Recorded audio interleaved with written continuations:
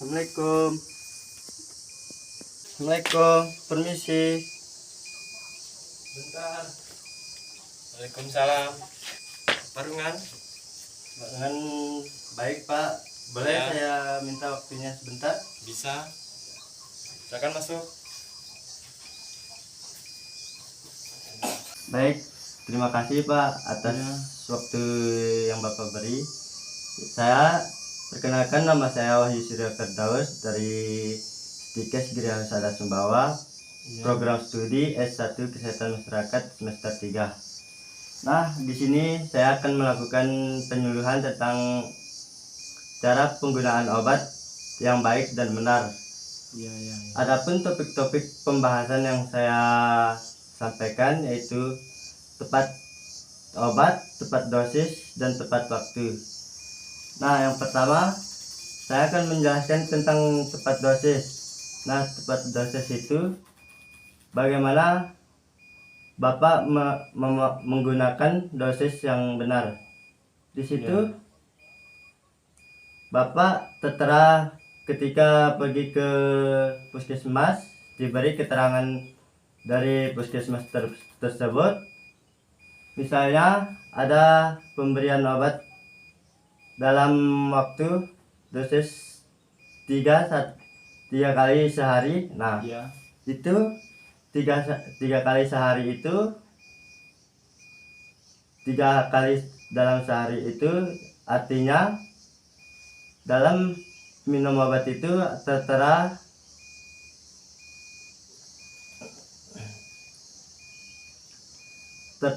di situ dalam sekali minum obat itu diberikan selang waktu 8 jam ke berikutnya. Nah, kemudian di situ ketika Bapak diberi obat misalnya 2 jenis atau 3 jenis. Nah, di situ kita menerapkan kalau obat tersebut tidak dapat diminum secara langsung dengan waktu yang singkat. Misalnya ketika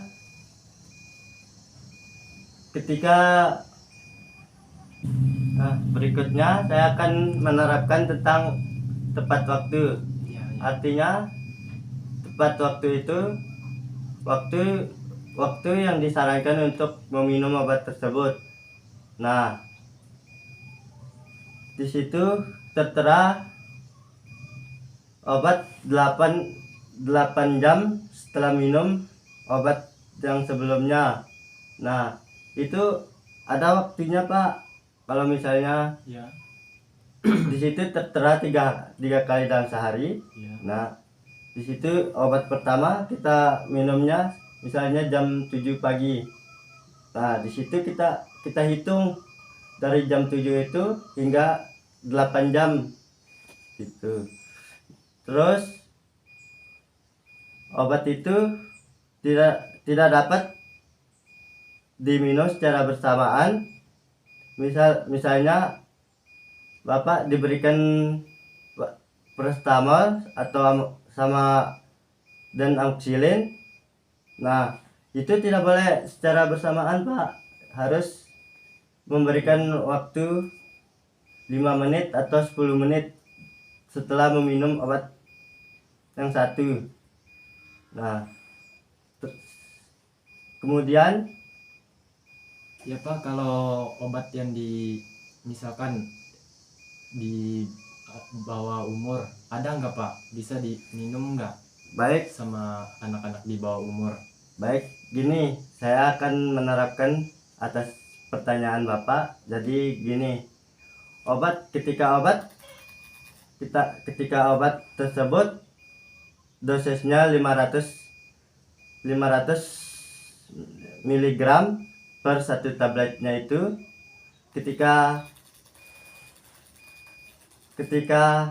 anak di bawah umur itu mengalami rasa sakit, jadi dosisnya itu kalau misalnya obatnya itu tertera 500 mg. Nah, di situ terkadang kalau orang tuanya itu yang 500 miligram tersebut terkadang dipotong agar menjadi dosis yang kurang. Nah, seharusnya itu tidak dapat dilakukan karena meskipun obatnya dipotong itu bakalan sama dosisnya, tetap menjadi 500 miligram per satu tablet walaupun obatnya dipotong. Kemudian selain penjelasan tentang pemberian obat, di sini saya akan mengklarifikasikan obat berdasarkan undang-undang. Nah, di situ obat terbagi menjadi 4 jenis, yaitu obat bebas terbatas, obat bebas, dan obat. Baik, selain saya menjelaskan tentang penggunaan obat secara tepat dan benar, di sini saya akan mengklarifikasikan beberapa jenis obat berdasarkan undang-undang. Nah, di sini ada empat jenis obat yang saya terapkan. Yang pertama, obat bebas keras, obat bebas, obat keras, dan obat narkotika. Baik, saya akan menjelaskan satu persatu. Yang pertama, obat bebas keras. Obat bebas keras yang berlogokan warna biru lingkaran, garis hitam di samping, yang artinya obat yang bebas didapatkan di apotek, klinik, dan layanan kesehatan lainnya tanpa keterangan dari pihak dokter.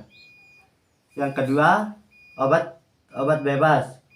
Obat bebas yang berlogokan bulat hijau, garis hitam, yang artinya sama dengan obat bebas keras, yang mudah didapatkan di toko terdekat atau apotek tanpa ada keterangan resep dari kedokteran. Yang ketiga, obat keras. Obat keras yang berlogo warna merah berhuruf K,